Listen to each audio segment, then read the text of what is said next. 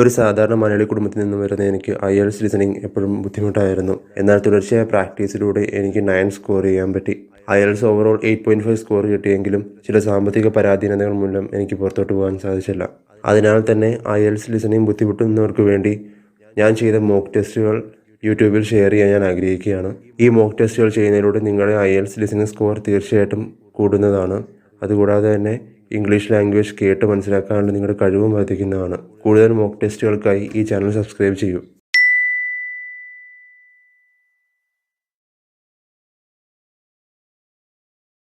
The test is in 4-part, Part 1, Part 2, Part 3, and Part 4. Now look at Part 1. Part 1. You are going to hear a conversation about renting an apartment. First, you have some time to look at questions 1 to 6.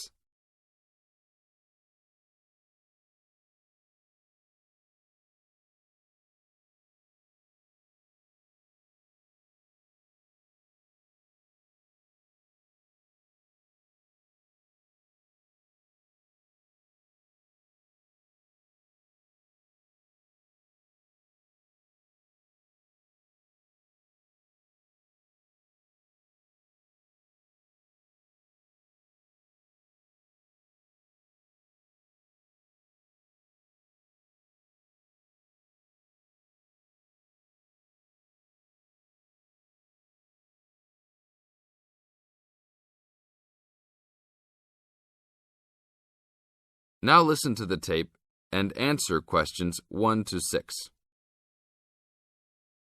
How can I help you, sir? Hi, I'm interested in renting an apartment in your building. Can you show me around inside? Sure, my pleasure. Do you know what kind of apartment you're looking for? I'm thinking of something for my best friend and I. The apartment doesn't have to be too big, just something comfortable for the two of us. I'm looking for a kitchen, 2 bedrooms and a bathroom, just something simple. Okay, well, let me show you what we have to offer. We divide our apartments into 3 categories. There are standard apartments, upgraded standard apartments, and luxury apartments. Please follow me. This apartment just went up for rent yesterday. The old tenants moved into a larger one. This apartment is what I call the standard apartment. It's small, but has everything you need. The kitchen comes with a refrigerator, an oven, and a stove. There is 1 bathroom with a shower, but no bathtub. The rooms are a good size, and both have their own closets. The living room has enough space for a couch. We will provide a television for you. These apartments are very popular with students because they are affordable and practical. Right now, we are renting these out for only $1,000 a month. I think this is a little bit on the small side. There's no space for a dining table or even for an extra desk. We will both need room to study. If there are guests over, we hope to be able to have a dining table big enough for at least 4 people.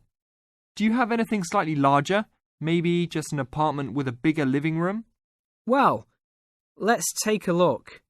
Right now, we also have an opening for a luxury apartment.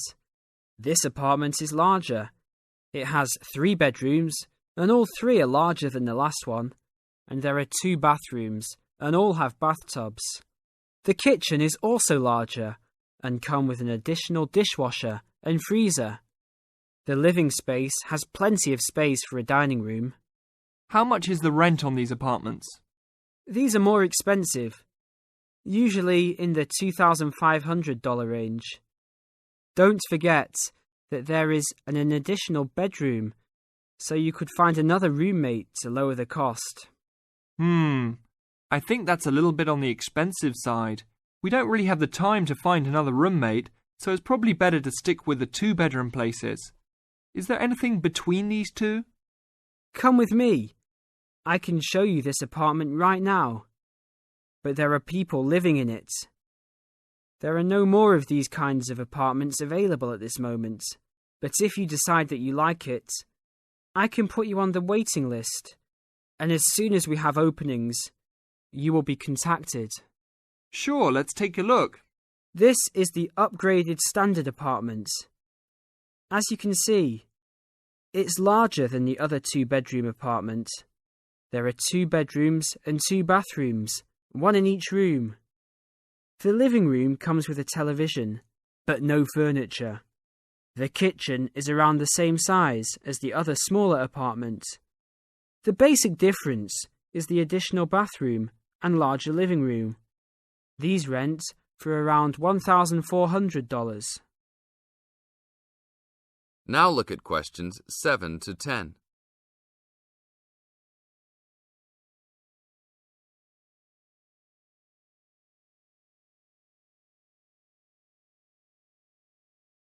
Now listen to the tape and answer questions 7 to 10. Seems like a good deal. Do you know when an apartment like this will be available? That's hard to say. I know these people who live here right now should be graduating soon, so they might be moving out. Well, I guess I'll put my name on the waiting list. Hopefully there'll be an opening as soon as possible. That sounds like a good plan. I will notify you as soon as we have vacancies. You will have to leave us some information and a student identification number. Sure, no problem. My full name is Robert Jack Browning. Could I have your age, please? I'm 38. Your major? I'm studying biology. How about naming some of your hobbies? Fishing, golf, watching movies, and spending time with my family. Sounds like a good life. What is the price range of the apartment you are looking for? Somewhere between $1,000 to $1,500. Your student identification number, please? QS 45890. Could you repeat that? QS 45890. Lastly, could you leave us a phone number? Okay, it's area code 236-580-2287. Thank you very much. I will give you a call as soon as possible. That is the end of part 1. You now have half a minute to check your answers.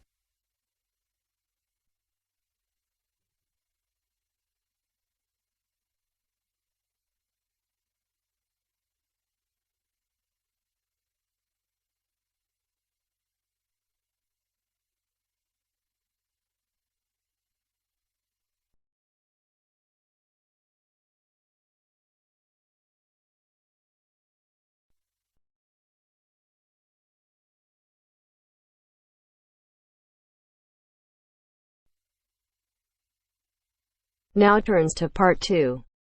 Part 2. You're going to listen to a talk about the food we eat. First, you have some time to look at questions 11 to 15.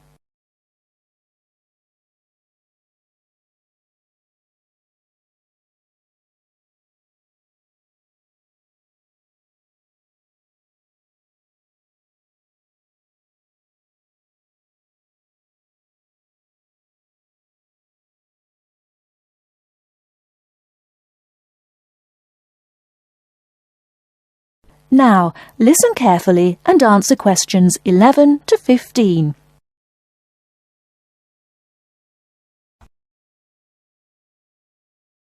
Welcome to The Food We Eat, sponsored by Safeway.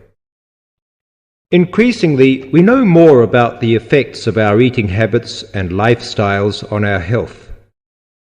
While new information can change old ideas, the news stories can often be confusing. At Safeway, we try to help customers not only in the range and types of food offered, but also by providing up-to-date, reliable information in areas we know are of interest and which relate to the diet we eat. Today, we are going to talk about sugar.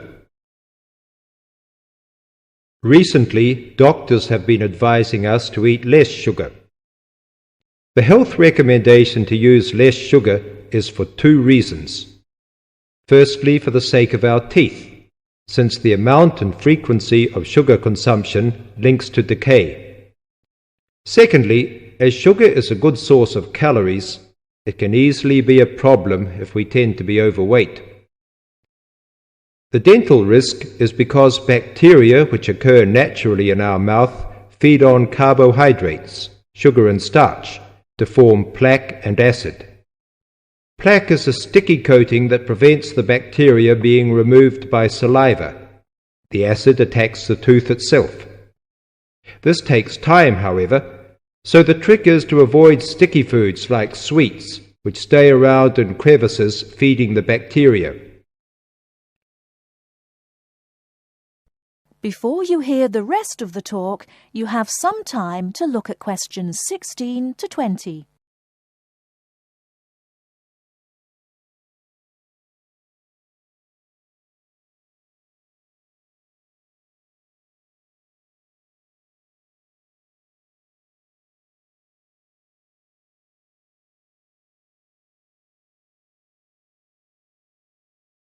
Now listen and answer questions 16 to 20.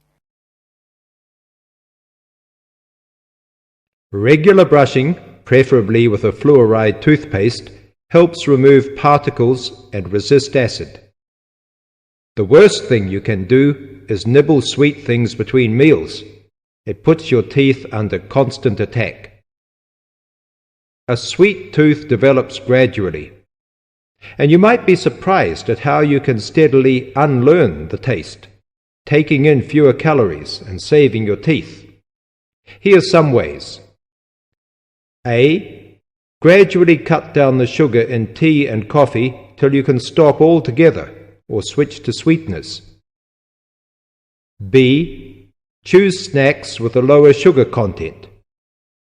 Fresh fruit, raw vegetables, crackers, milk or low-fat natural yogurt. Remember, some fruits like raisins have lots of sugar. C. Look for reduced sugar alternatives. There are more and more around, from diet drinks to yogurts, even jams and sauces. D. Try gradually to cut back on the sugar you use in cooking, especially in baking. That is the end of part 2. You now have half a minute to check your answers.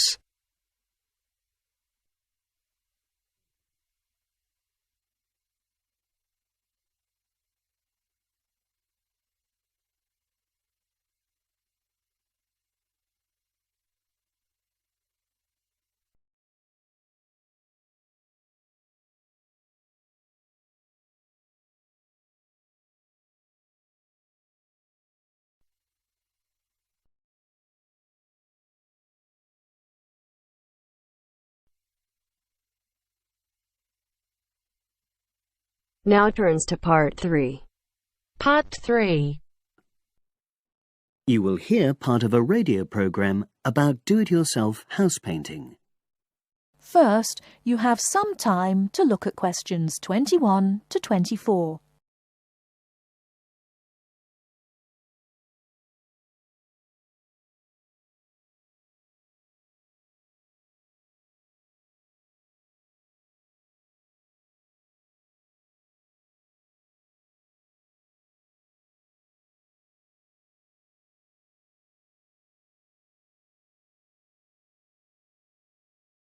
Now, listen carefully and answer questions 21 to 24.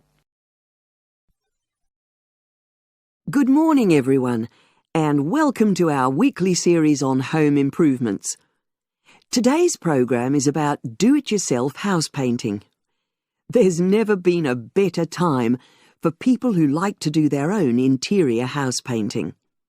Although people still lead very busy lives, thanks to the availability of various new DIY materials, you can now decorate your home in a more efficient and a more environmentally friendly way.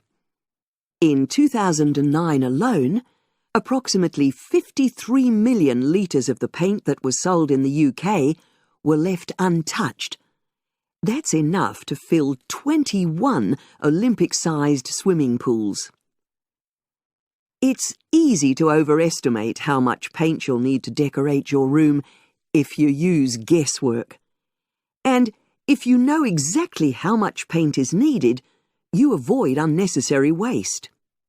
There are automatic paint calculators available now. Most of the major paint manufacturers provide them. Look on their websites or just Google paint calculator and see what comes up. Then simply measure the circumference and height of the room in metres, enter this into the calculator along with the type of surface you're painting, and it will tell you how many litres of paint you'll need.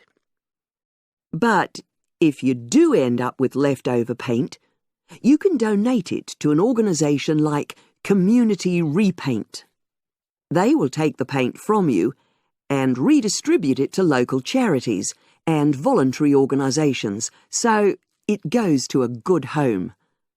You can find more information about Community Repaint on communityrepaint, all one word, .org.uk.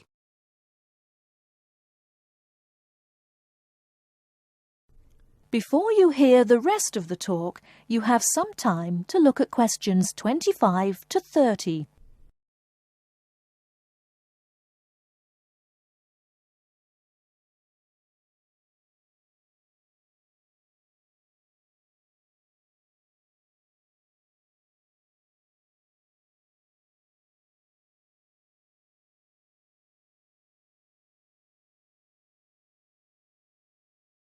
Now listen and answer questions 25 to 30. Another way of avoiding paint wastage is to check you're completely happy with your colour choice before starting to paint. For example, you can get a small sample of the colour you're thinking of using, then paint a board and move it around the room, so you can see how it looks against your furnishings and in different lights. Also, it's always better to buy high-quality paints because you get what you pay for. If you buy cheap paint, you might need to apply 2 or 3 coats to achieve the same coverage that you'd get from 1 coat of a good quality paint. You could also spend a week on a job that could have been done in a day or 2. And consider the environment. Most paint manufacturers now sell water-based paints that don't contain harmful chemicals or give off harmful odours, so get one of these. You can also buy paint that's packaged in recyclable containers. There's a lot more choice than there used to be. You can only do a good job which will last if you prepare the surfaces thoroughly before painting. In fact, in many ways, if you want to do a professional-looking job, this is more important than the painting itself. If there are any cracks or patches of loose plaster, painting over them won't solve the problem. Take the plaster out and fill the holes, allowing enough time for the new plaster to dry. And you won't get a smooth finish if the walls are dusty or greasy. So washing with water isn't enough. Use a solution of decorator's soap and rinse well with warm water afterwards. When you're ready to paint, we suggest you use a medium pile roller for walls and ceilings. A lot of people tend to use short pile rollers, but these give a patchy finish, and that wastes paint and time.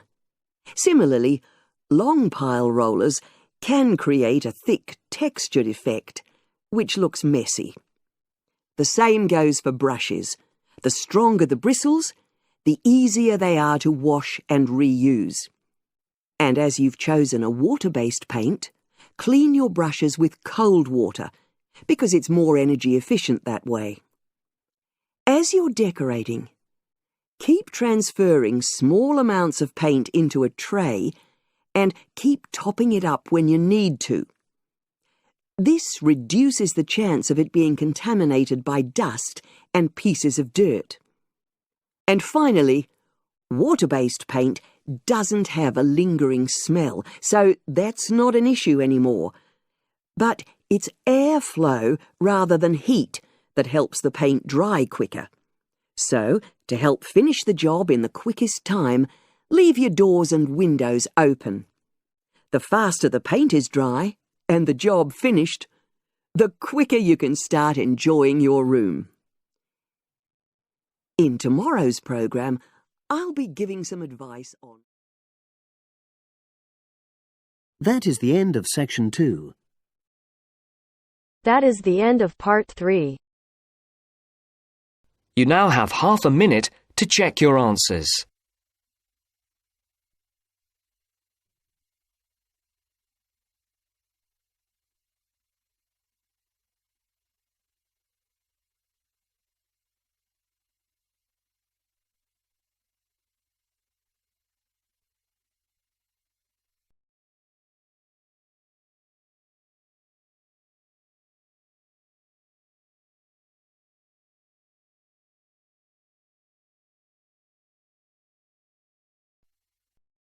Now turns to Part 4. Part 4. You'll hear an introduction about the tutorial courses of the physics school. First, you have some time to look at questions 31 to 40.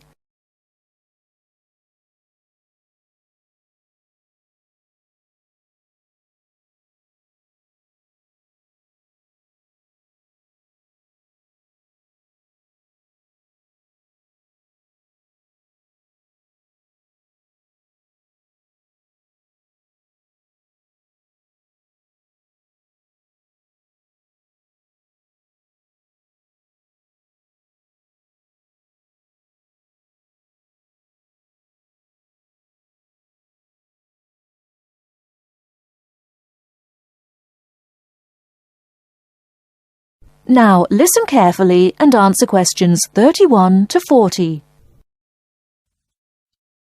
Welcome to Orientation Week. This is the Physics School session, and we'll welcome Professor Smith, the head of the school, to introduce you to the tutorial system. Welcome, Professor Smith. Thank you. You may have noticed life at university is totally different from that of school. For you, tutorials are an important part of the teaching program. Tutors are the primary contact between undergraduate students and the school. A tutor is the student's personal tutor as well as their academic tutor. Tutorials for physics undergraduates consist of 6 students who meet each week with their tutor for at least 50 minutes. For radiographer students, tutorials will normally consist of a group of about 10 students who will meet fortnightly with their tutor for a period of at least 50 minutes. In the first semester, the tutorials are during weeks 1 to 11.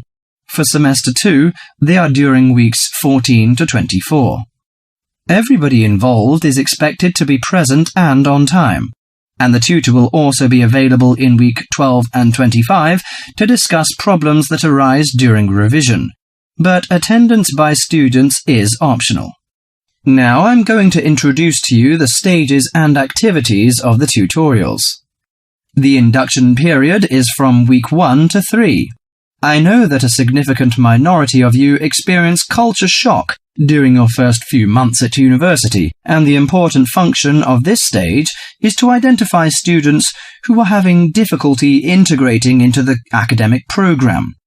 In particular, tutors should check your attendance of lectures, tutorials, laboratory sessions, and this sort of things. Tutors also help you tackle work in a systematic and effective manner. Stage 2 begins from the 4th week.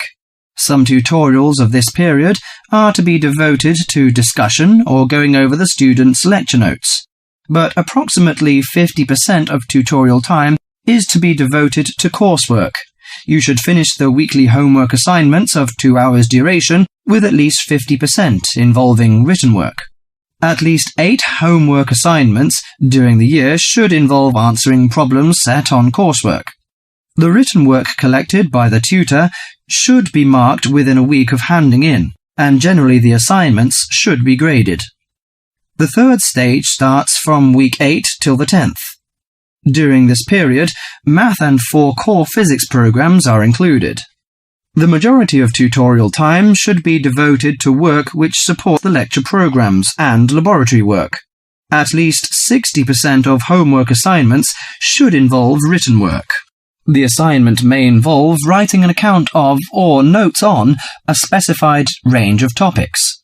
The written work should also be marked and graded. Short oral presentations by students should be included. They are possibly on general physics topics or essays. The last week's personal development planning is a structured and supported process. The primary objective for PDP is to help you to become more independent and confident, self-directed learners and encourage a positive attitude to learning throughout life. It is undertaken by yourselves to reflect upon their own learning, performance and achievement and to plan for their personal, educational and career development. Finally, if without evidence of good reason you miss more than 2 sessions during a semester, or if the tutor is not satisfied with your progress, the matter must be immediately referred to the program director, who will normally issue formal warning, verbal and written. This will inform you that your place at university is under threat of withdrawal if no improvement is made. That is the end of part 4.